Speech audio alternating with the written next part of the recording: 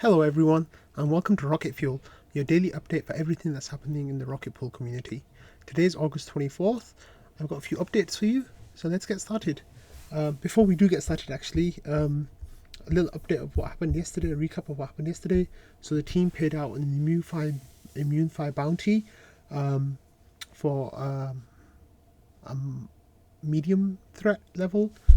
It seems like it would be a scorched earth threat attack where, and this is just speculation, where the node operator would deposit ETH and then would somehow burn their own ETH and 16R ETH that they got from the pool.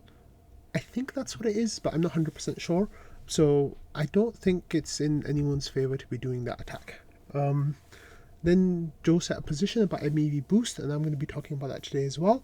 Wintermute wanted to talk to the team. Superfizz promoted home staking, and there was Bowcast dry run that took place as well. So let's get started with today's things. Today I put a poll on trading asking, will you run MEV Boost on your node after the merge? And I had a question here from Zwit. I said MEV Boost censoring or not? And I said if it's censoring. Okay, so like using one of the Flashbots relays. So the results were actually quite interesting to me, that we had 14 people say yes, they will run it, and 7 people say that they would not run MEV Boost on their machine. I can understand those numbers, especially if the people answering are American, because you don't want to be on the wrong side of any potential issues. But I'm surprised that the numbers are actually like, a 66-33 split here in favor of using MEV Boost.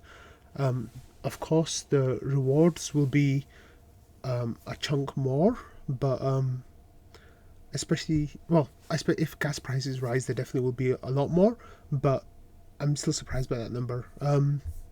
Marceau made a comment saying that MEV right now is worth approximately 1%, so it'd be a difference of like 8% APR versus 9% APR with using MEV Boost. So I said here that's a lot less than I thought, which it is a lot less than thought, but it seems that the numbers right now aren't as high as people have been hoping or expecting.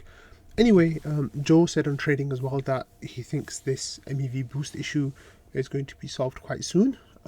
Maybe within the next month or two, we'll have additional relays and people will be able to pick the relay that works best for them.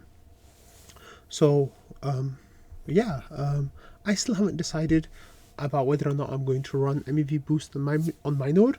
There are a few issues that might make it that I do run it, but in my heart, I don't want to run it. So, let's see. I'll decide probably on the day before the merge. Next we have this excuse me. Next we have this new comment that came through from Coinbase today, Coinbase Assets. They said Coinbase will add support for Coinbase wrapped staked ETH, cbETH, on the Ethereum network ERC20 token.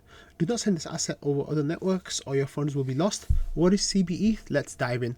So in this thread then, Coinbase dives in and says, if you staked your ETH with Coinbase, they are now wrapping that reward like the reward that you got, and they are making a liquid token based on that.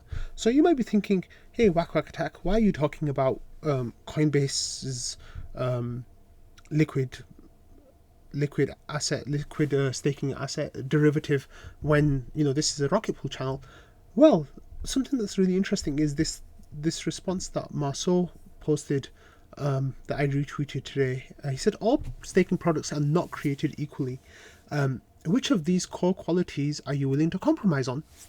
So he had this little chart here where he has a spectrum of purely centralized versus purely decentralized and everything kind of in between.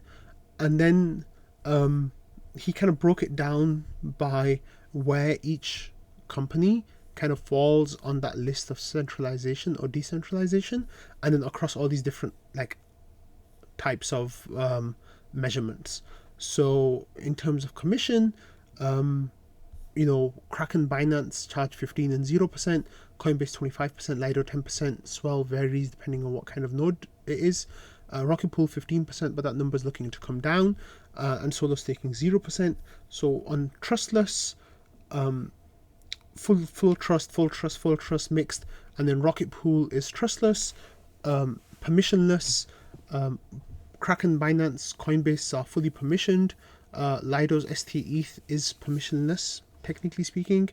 Swell's permissionless, and then Rocket Pool and Solo staking obviously permissionless.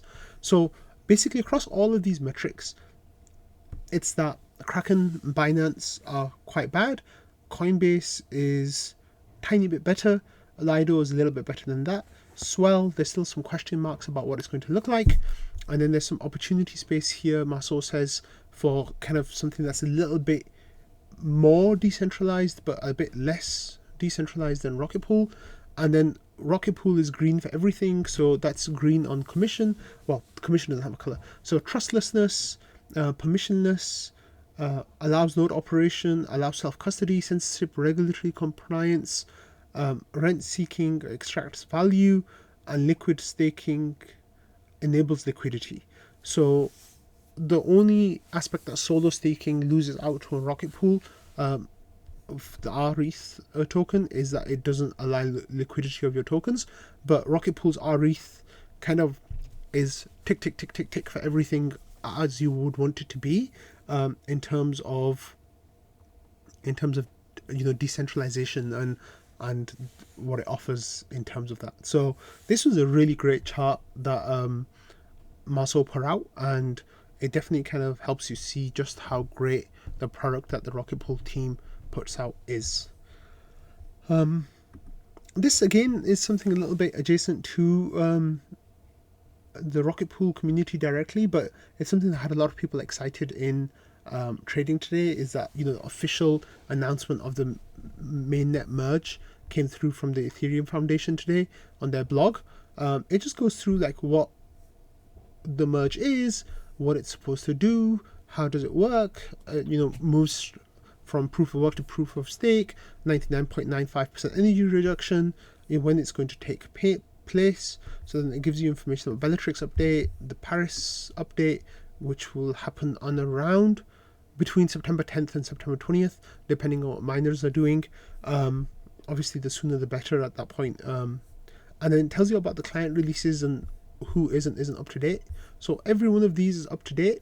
And there were some issues with gETH that I didn't go over yesterday, but they've been fixed by now. So if it was an issue that you were impacted by, that shouldn't be an impact. Well, it might be that you're still like rebuilding your gETH database, but basically what happened is 1.10.22, if you updated that version, it fried your database for your gETH, and it basically meant that you'd have to install it again from scratch. But that version hadn't actually been put onto the Rocket Pool Smart Stack yet, so hopefully there aren't too many people in the Rocket Pool community who are impacted by that, which is kind of the reason why I kind of went over it. So over here it says, warning, gETH version 1.10.22 contains a critical database issue. Do not use this version. If you've already upgraded, please upgrade to 1.10.23 as soon as possible. I think it impacts on restart, so if you restart it after you update, then you get those issues. So then there's a FAQ at the bottom. Basically, if you're a node operator, what should you do? Well, as a Rocket Pool node operator, you just update to 1.6, and that'll be that. So let's go to this next post here, which is a comment that Joe literally made 10 minutes ago, just as I was about to start recording this video. So Joe said that version 1.6.0 will be live tonight. So that's a little bit of pre-launch excitement for everyone. So let the merge begin. This is the version of the Rocket Pool Smartnode that will be completely up to date for the Ethereum merge.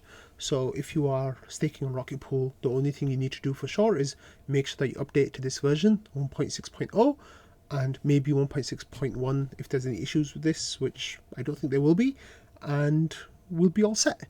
So we're merging in, I think, 3.5 weeks or 3 weeks, something like that, like 22 days, I think. So it's really, really exciting. It's actually happening. On that positive note, that's all for today. So I'm going to wrap this up, and I'll see you all tomorrow. Have a great day, everyone. Bye.